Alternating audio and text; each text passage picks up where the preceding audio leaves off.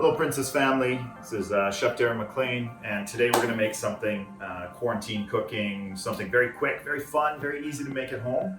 If you want to come with me, and we'll show you a few things here. So this recipe and this dish, all that it requires, it's a very simple recipe. We're going to make a tagliatelle carbonara.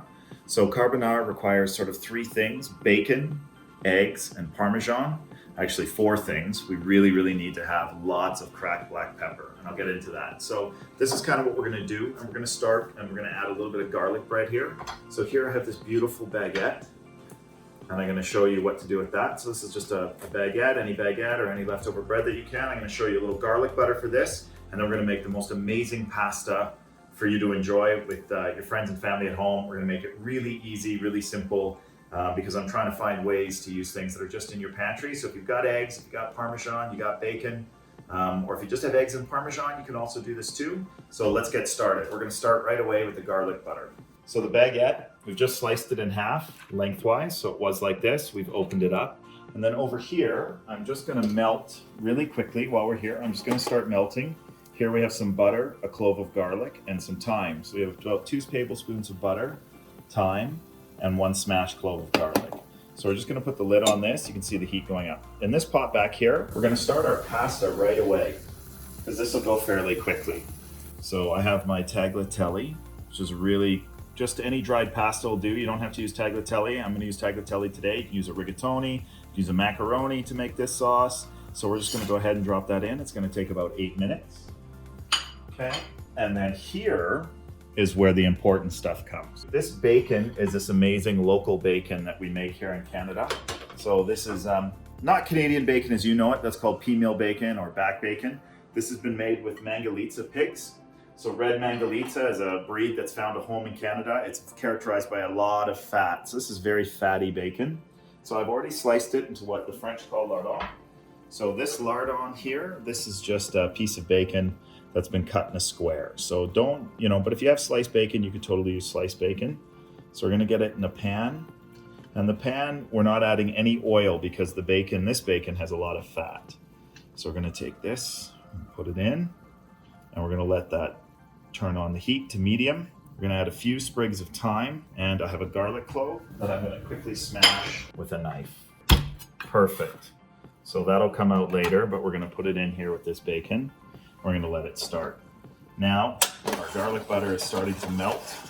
So we don't want it to go all the way. As soon as it melts just a little bit, we're gonna put it on our bread here. Here's my melted butter. And I'm just gonna coat the baguette a bit with the melted butter. And then we're gonna pop this in the oven on broil. And it's okay to throw some of those herbs on there, move them around. You can pick them off afterwards. So you're just basically pre-buttering your baguette. So you're gonna have some nice garlic crusty toast.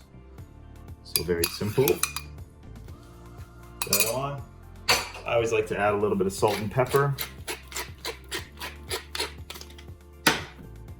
And that's ready to go. So we're gonna take this now, and very carefully, I have my broil on low. So it'll take about 3 minutes. We're just gonna put that in the oven, close it up. Excellent. Make sure this has a little stir just to break up the noodles a little bit. While we're here, we're just gonna let those start breaking up. In my pot of water, I have olive oil, a couple tablespoons of olive oil.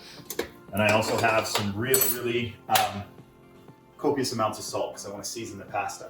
I can hear the bacon starting. If you come close, you can see the bacon starting to turn translucent, all that beautiful fat. I actually aged this bacon for almost 4 months after curing it. This bacon is cured with a Japanese product called miso.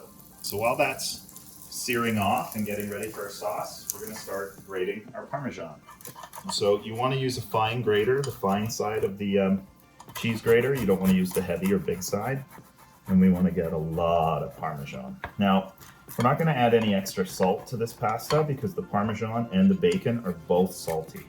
So really important to remember. Now, I'll talk to you guys a little bit about carbonara. Carbonara is one of my favorite pastas. Its history actually is based in Italy, but carbonara is from originally when the American GIs came over. This is a product of World War II. They brought with them bacon and eggs, No matter what, Italians will find Parmesan, and because there was no other spices, they started using black pepper. So the carbon and carbonara means like black burnt, that's from all the pepper.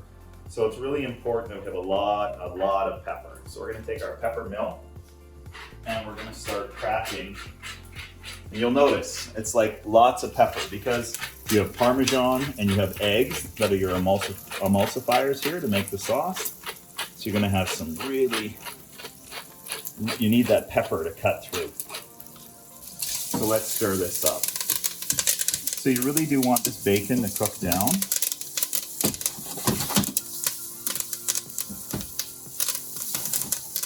And really kind of get a bit crispy and get some texture. Okay, you can see the bacon here is starting to brown a bit, so you want it to get nice and brown. Okay, so we're almost there. You hear that spiking, that popping? That's actually the thyme leaves cooking really quickly. All right, let's check our pasta now. Not quite there. The best way to check pasta is to taste it, but I can tell that that needs still a few more minutes. So it's pretty cool. This is a recipe you can do in a few minutes. Let's look and see what's happening with our toast. It's starting to crisp up. You can see it crisping up, but it's still a bit soft on top. So we're gonna go back to our bacon. All right, so I'm not gonna strain any of the fat off this bacon. I want all that beautiful flavor, but I am gonna turn the heat off for a second and move this bacon off the heat because it's getting nice and golden. You can see that? So golden, so beautiful. What I am gonna add is because when you cook herbs and you cook pepper or thyme, you kind of cook some of the flavor out of it. You change the flavor out of it. So I'm gonna add a lot more pepper here. And don't be shy with that pepper if you like it. I mean, if you don't like black pepper, this is not a dish for you, but if you're like me and you love it, and I'm gonna add it so I get a little of that fresh pepper flavor. I've got some already ground pepper I'm gonna add to my eggs. Now this is the tricky part and the part you have to remember. Carbonara waits for no one. It has to be plated and eaten super quickly. So I've got my plates here, and now we're gonna start getting ready to make this sauce. So the pasta's not quite cooked, but if you come here, I don't want my bacon to break down anymore. Okay, I'm gonna scoop out my garlic. You can leave it in if you want, but I'm gonna take it out. I'm gonna take out my thyme. And to stop the cooking of the bacon, I'm going to take a bit of this pasta water. Be careful because it gets a little bit up.